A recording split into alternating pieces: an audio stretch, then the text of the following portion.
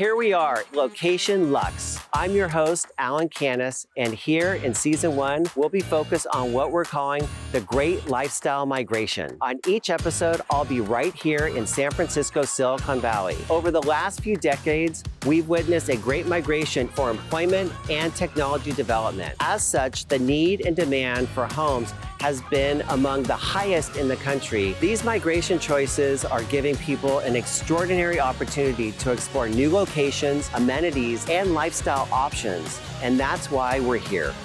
Location Luxe.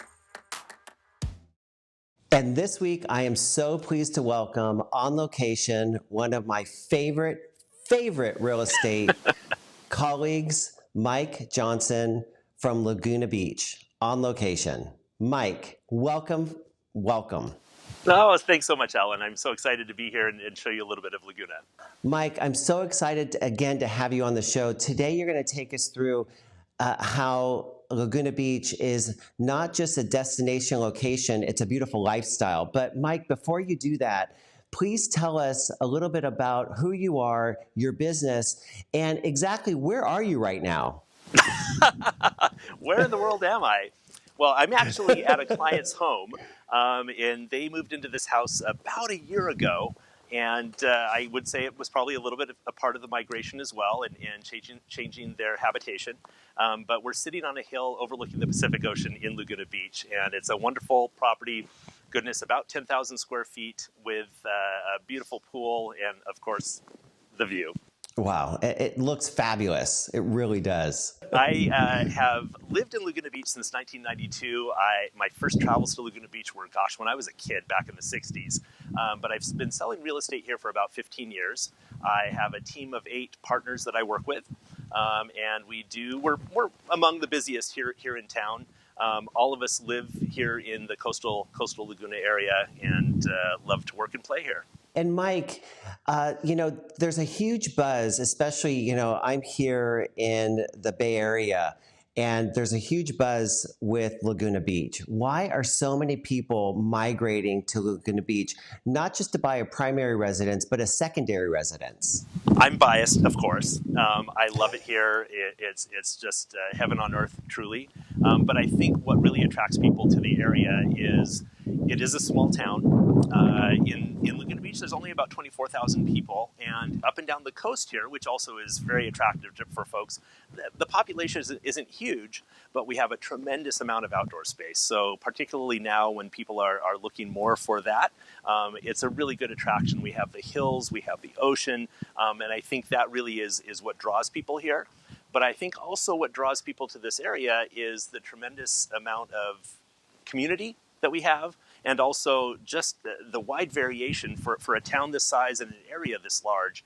We really have a lot going on between cultural institutions and just civic activities, just everything. There's a heck of a lot going on in this area, and I think that really is a draw.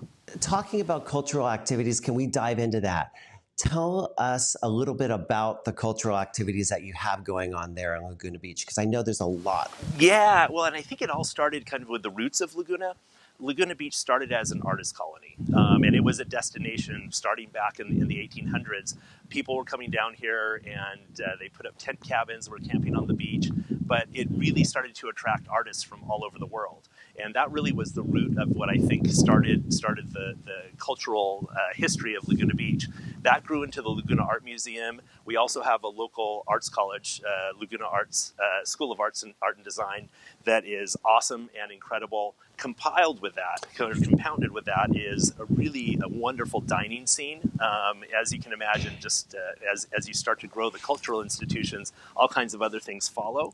And so we have an incredible amount of diverse dining opportunities, and along with that, just everything else that sort of follows when you have those opportunities in town. So Mike, one of my favorite stories that I've heard is from you. And I understand when you were a boy, you thought there was a large hippopotamus population in Laguna Beach. Could you please share that story? It's a little bit embarrassing, but yes, I will. wasn't aware I was going to be here in an interview with you, but we'll go ahead for it. When I was a kid, we used to come down and visit my grandparents here in Laguna Beach, who lived in San Francisco but would come down every year to vacation. And this is 1960s, so you have to picture yourself in the 1960s. And when we would come down here, my mom would always point out the hippopotamuses. And she would point them out to me. There's a hippopotamus. There's a hippo. There's a hippopotamus. And for the life of me, I could never see the hippopotamuses. And it sort of laid latent in my head until I was about 11 or 12 years old. And we were coming down to Laguna Beach again. And I remembered and asked my mom, gosh, why were you pointing out hippopotamuses? I never saw the hippopotamuses. And my mom thought about it for a moment, and she realized, like, the wheels clicked. She said, not hippos. I was pointing out the hippies. Because it was the 60s, and this was definitely a big counterculture scene down here. So she was pointing out all the hippies to me, but my little kid brain went immediately to hippopotamus. So that's the story. But thank you for asking. That's a fun story. Mike, can you tell us a little bit about the schools and what a buyer could expect when relocating? Yeah. The schools in this area are pretty much top-notch. There's a lot of private schools, but even the public school system is very highly rated, among the highest rated in California. Locally, there's a very small school district that just has 2 elementary schools, a middle school, and a high school, Laguna Beach High School. Probably, this is nothing to do with the education quality, but probably one of the prettiest high schools you'll ever see, overlooking the ocean. And those are incredible, and a lot of people do move here and decide to send their kids to public school because this public school system is so good. So there's a lot of opportunities and a lot of different choices for people. Oh, that's terrific. And so we are here to talk about real estate. Tell us about the real estate scene. And are you seeing multiple offers? Are you seeing, what are you seeing? Yeah, it's definitely a very marked increase in activity, and like many of the areas that are like Laguna Beach in the characteristics, we're seeing inventory plummet and not a lot of things available. With that, we are seeing some multiple offers. Our price point is fairly high. Average price in Laguna Beach is about $2.7 million. And as you can well imagine, it goes up tremendously from there. And so those homes don't always sell very quickly. We have seen in the last year a definite decrease in the days on market, and homes that are priced well and are very attractive homes are getting multiple offers. And how is the appreciation value year after year? It's varied by price level. Homes that are on the lowest end of the price range for us, and that would be under $2 million. Those have seen the highest amount of appreciation, and that has gone up about 15% in just the last year. However, above that, we're seeing more moderate increases just because they're higher price tags and the percentages are less. It's closer to 5%. And Mike, home prices, we talked a little bit about, you just mentioned. Can you tell me what a buyer can expect in home prices? Yeah, in this area, and this is true of pretty much anywhere along the coast here in Orange County, just about the minimum, if you want to be anywhere close to the water, is going to be about $1 million. And in these days, that'll be a condominium, typically 2 bedrooms, around that price point. Under $2 million, there's not a lot to choose from, but there are single-family homes that are 1,900 square feet. Once you go above that point, the choices get much more varied. And of course, we have real estate that's upwards of 30, 40, 50, and 60 million in the area as well. Wow. And I was talking to Trinky Watson in Lake Tahoe, and she had mentioned that if you have a sliver of a water view, that increases the price value. It could increase it, hugely. Is that the same in Laguna Beach? Definitely, yeah. It's one of the wonderful things about Laguna Beach. We have the water views, as you can see very well behind. What you can't see is behind me, or the hill here, is the canyon and hill views, and those are pretty incredible. Also, one of the beauties of Laguna Beach is the open space. Laguna Beach was very proactive, starting in the 60s and 70s, in buying up areas around the town to preserve it as open space. So not only are there water views that are valuable, but there's hill views as well. Anything like that is going to add value to a home. Part of that, though, too, is because land is so valuable here, oftentimes what also adds value is having just a little bit of space and room for a yard and room to run around. That definitely is an upswing in price.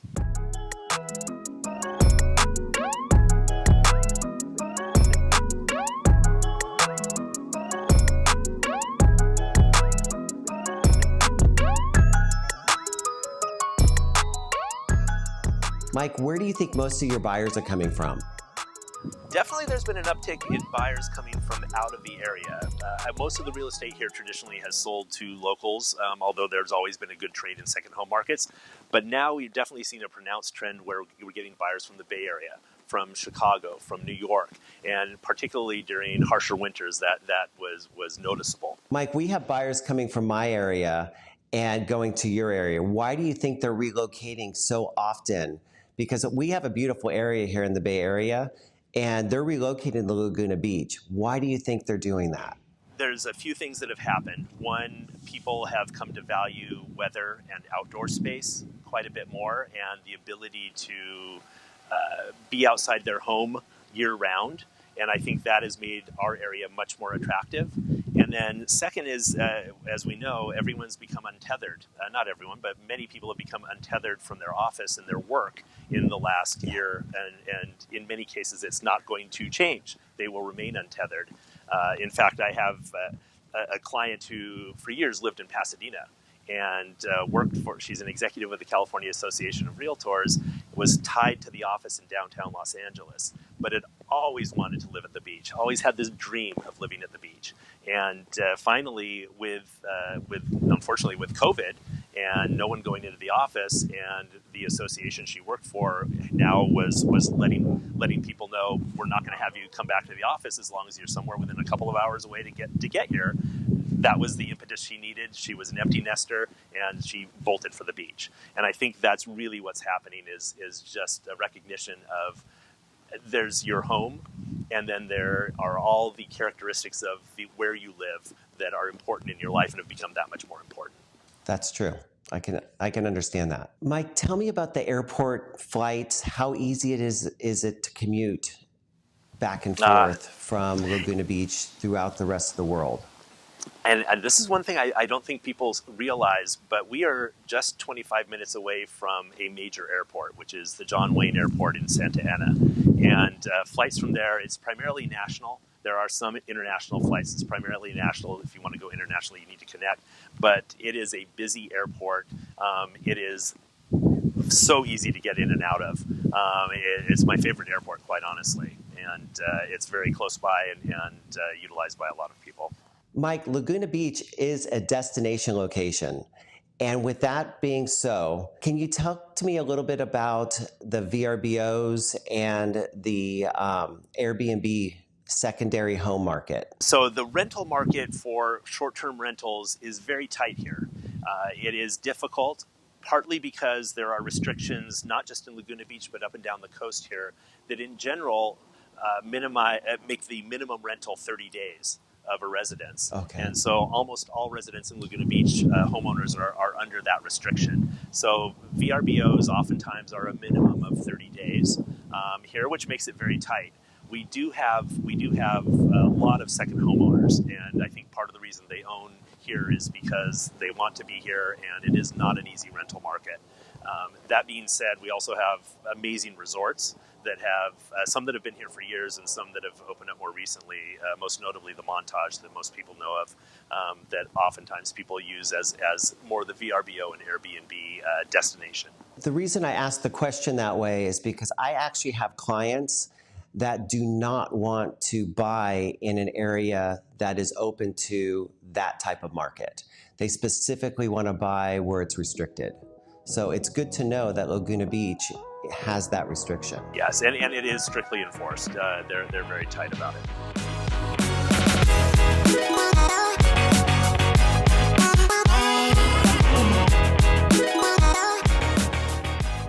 Mike, I ask every realtor that comes on the show, do you have a favorite buyer story? I have many of them, but there's, yeah, exactly. many of them, but there's one that I'm thinking of that sort of encapsulates, I think, what happens when people move to this area. I have a family that I worked with years ago for the first time, and they've since become dear friends. They, at first, bought a second home down here, a little tiny duplex that they were coming from Las Vegas, where their primary residence was, to this area, and they were spending time here. And as they were spending more time down here, they really were becoming attached to the area. So they decided to take the dive in and move their primary residence down here. And mind you, it was with the 3 children in tow. And they moved from a home in Las Vegas that was about 9,000 square feet into a home here of about 1,800 square feet. And wow. They were here about a month, and I was sitting down with the husband and having lunch, and he said, "This has been amazing." And I said, "What do you mean?" And he said, "At our home in Las Vegas, the kids got home from school, they would bolt to their rooms, and we wouldn't see them till dinner time. Here, they come home from school, they toss their book bags on the floor, they jump on their mountain bikes, and they're gone and all over the place." And he said, "We're spending so much more time outdoors. We're spending so much more time seeing people than we did when we lived in Las Vegas." And it was just very much a shift in their lifestyle. And I think that sort of encapsulates a little bit of what this area has to offer for people and how people live differently here, and what makes it so wonderful, I think. Mike, it's been an honor having you on the show for season 1 of Location Luxe. Thank you so much for joining us. Oh gosh, Alan, it's been my pleasure. I've enjoyed telling you a little bit about Laguna Beach, and you are welcome here anytime. I will show you the town. We'll hit the beach, we'll hit downtown, hit a couple of restaurants. It'll be great. I cannot wait. Thank you again. Take care.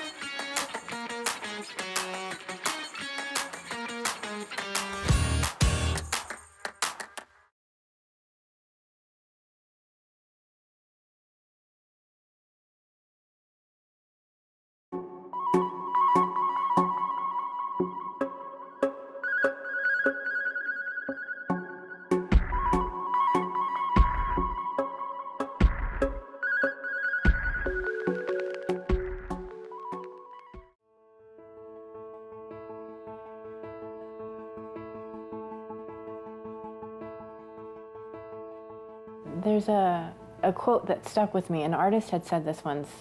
His name is Theaster Gates. He was talking about beauty being essential. Beauty, I think, is basically that sense of design, being able to do a shift in the state of a material. It's almost like a chemical state where you shift it from being in need of attention and making it something that's better and therefore beautiful, because I think there's a great need for more beauty in the world. And that's what drives me. I think it's really about this kind of experience that makes people's lives better. It's very simple. I was born in Korea, in Seoul, and I immigrated to the US, and I showed up around 2 years old and moved from Columbus, Ohio to Houston, Texas, and then finally to Kansas. My dad is a retired surgeon. My mom is a retired organist, church organist, and a piano teacher. Between those kinds of philosophies embedded in science and art, they tried to push me into either medicine or music. But what I took away from both of them, because they're in some ways incredibly artistic. My dad was this incredible illustrator, and he's always doodling, and I think he missed his calling as an artist, to be quite honest. And my mom was always decorating our home. She's constantly changing the wallpaper, the furniture. I don't think they realize in terms of their tenacity in search of creating a sense of place, because design has so much power to improve people's lives. And it's really that change of state where you take something, shift it, and you design it into something that's better. And it really inspired me ultimately, and I didn't know this until, I don't know, well into my career, that they really fueled that love of design for me. The ability to control your environment and improve it and improve people's lives is what they were doing for me all the time. imagining as big as I did, or I thought I did when I was growing up. I never thought it could be something as crazy and complex and multifaceted as this place. So, I do feel a great debt, a gratitude for being so lucky to land in New York. When I walk around the city, it's kind of an opera of kind of sensory bombardment, and it reminds me of how much I don't actually know yet. There's so many other people that I haven't thought about. As much as I feel like I know what people want or need, it's the city that always reminds me that there's an infinite number of stories to still unpack. This is something that kind of fueled a mission statement that I helped rewrite a couple of years ago for my company, FXCollaborative, where we were talking about designing a better world. And now we're really being deliberate about letting other people in and speaking up, because we are understanding how to make it safe for those stories to be told. So I am personally just thrilled and relieved that we're actually doing this now. So it's like a new beginning. I'm not the only person of color in the room. I'm certainly not the only woman in the room. It's happening. It's finally happening. And the new generation's coming in. They're expecting and demanding, a level of balance and lifestyle and equity and inclusion that's extraordinary. I'm so excited for it, all of it. The transition into being a design leader and keeping all the other aspects of my life in order has always been a bit choppy. I have to be completely honest with you. I have not done it very elegantly, I think. But because my parents helped me develop some really useful muscles and to be strong and kind of take on a lot of workload. But I think it's also a revelation and something that I've taught myself with the help of a lot of other really smart people, and especially a lot of smart women, is that you don't have to do it by yourself. So to have help or demand help even to raise your family is not a bad thing. But my kids are watching me, and it's really about them. I mean, they are my entire world. So it's interesting to hear that they liked seeing me work. They know that when they are grown up and they're working themselves, that there's definitely more than one model to follow. And my husband, he does all the cooking in our relationship. I can't do any of this without him, and especially because he has come along this journey with me. He is going to continue to evolve until the very end, but we're having a fun time, re-educating ourselves. So, that drives everything I do in terms of, the kind of work that I try to achieve. And it's not something that you can draw a direct link to. It's just more of a feeling. Anyway.